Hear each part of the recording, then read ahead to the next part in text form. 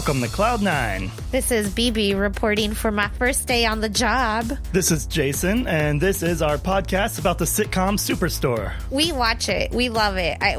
This kind of been the show that we watch when we're just chilling at home in our pajamas. I've binged this show like 3 times already. So. I didn't know that. Yeah, so it's on season 3 now. We're starting back at the beginning with this podcast, but we'll eventually catch up, I presume. Yeah, I hope think we'll get through these pretty quickly. Yeah, because I love the show, and I didn't know you were, like, on your 3rd round of this show. That's a little... Okay, so I'm on the 2nd round. Well, like, when it... Like, between each season, like, I kind of, like, went back and watched it again, so... Okay. Well... I really like this show because it has a really diverse cast. There's a lot of really good representation. As a woman of color who is Latina, I really love seeing a lead character being that. And even, the fact that it's at this, very kind of big box store. The setting is this gigantic supermarket, like Walmart. Yeah, it's essentially a parody of, Walmart and Target and all those. I feel like Walmart just because of the blues, but... Yeah. And it is this idea of, the big corporate world and how we're working in it. And the lead character is this young brown woman. I don't know, I like that. It's also supposed to be set in St. Louis, which is in Missouri.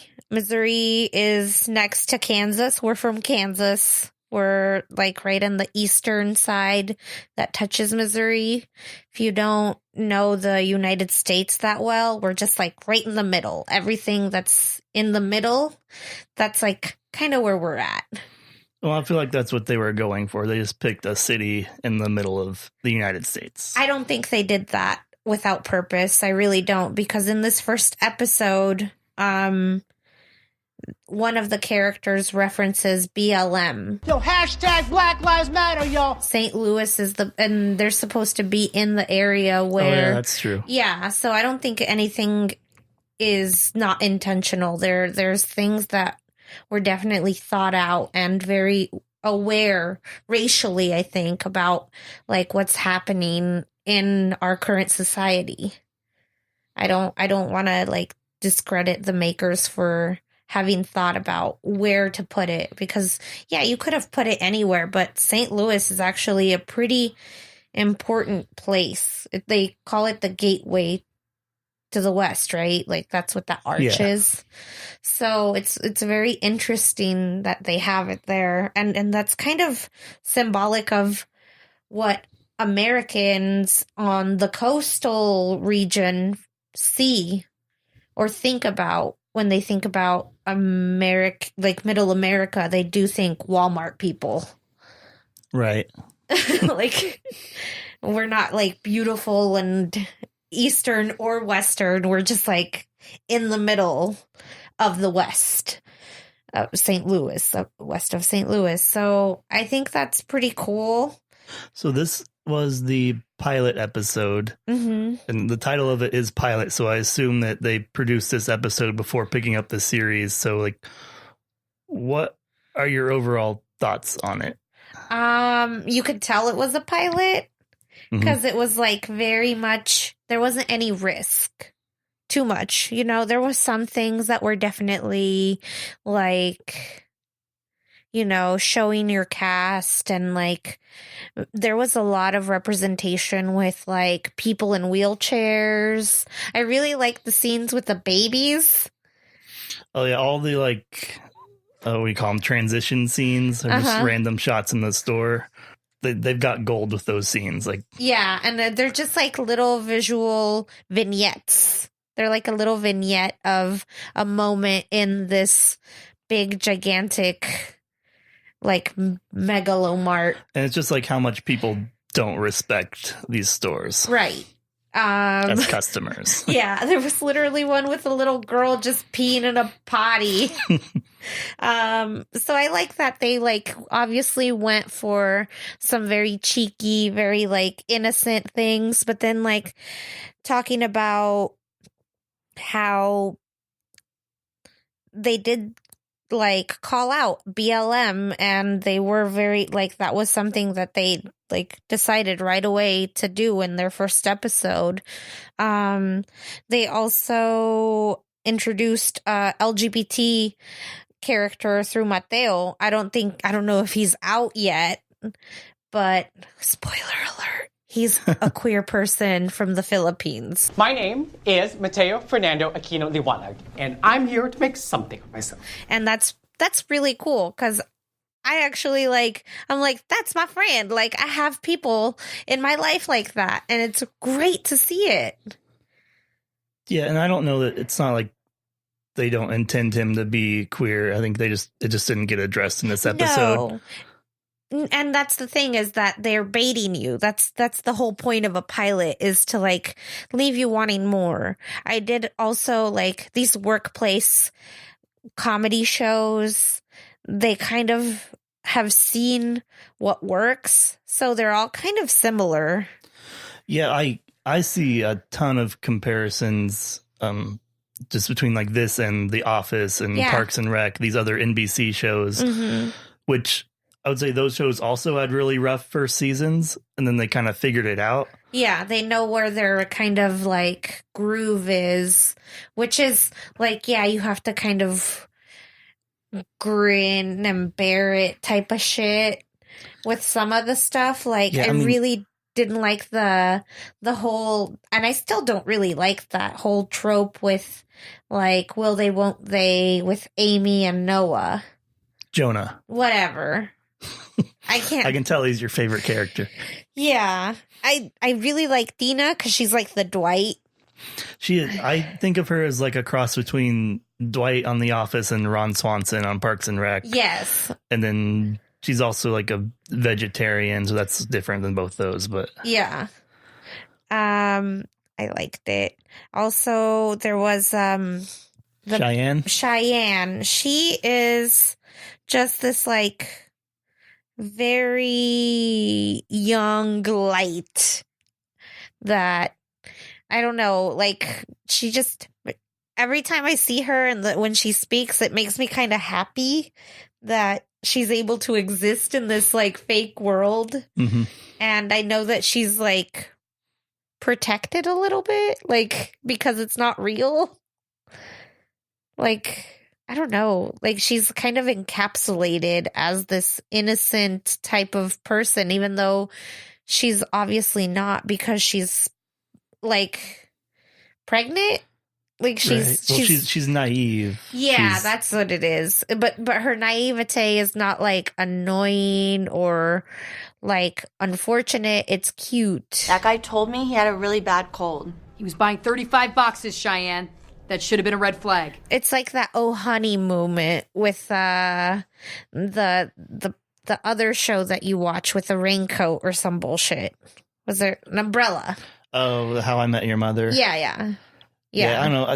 Cheyenne, I mean, in this episode, she was fine. I think there are future episodes where they make her a little dumber. Yeah, but she fluctuates. Like, she has her own personal, I feel like she does have her own intelligence, but it's just not obvious to everyone because she's obviously surviving, which is cool. But I really hate Bo. All right, peace out, St. Louis. See, I like him because he's just like a character that's not real, but real. He's like immediately a caricature. Yeah, he's that mustache. I hate his mustache so much. I think that's a big part of it. Yeah, he looks like a common, like, very like confused white boy in Missouri. Like, I could see that kid in St. Louis just like being a bit of an ass. Will you marry me? Or are you gonna be like a dick about it? One thing I did not like, or that just I see and I kind of like, it's difficult to kind of just see it, because it's kind of cliche, is how Amy, the main character, sees Cheyenne as herself. And so she's projecting all of the stuff that she experienced as a young mother who might have married the wrong man and is working at a fucking grocery store like the time she started 10 years ago, because she mentions that she's been there for 10 years in this first episode. So, you know, she's an established character in this space and she holds power. I don't like that. I don't like that she's like overprotective of Cheyenne. Yeah, it's very like, she's very like maternal towards her and she inserts herself into Cheyenne's decisions like throughout the whole series, as we'll see. But yeah, it's evident right from the beginning. Think it through, okay? Don't do something you're going to regret for the rest of your life. I just didn't, I still have kind of like, that's one thing that like, as a main character, I think it's interesting that she's not always likable, which is cool. Like, that's good. Speaking of unlikable, Jonah has like a terrible first impression. It's actually my first day.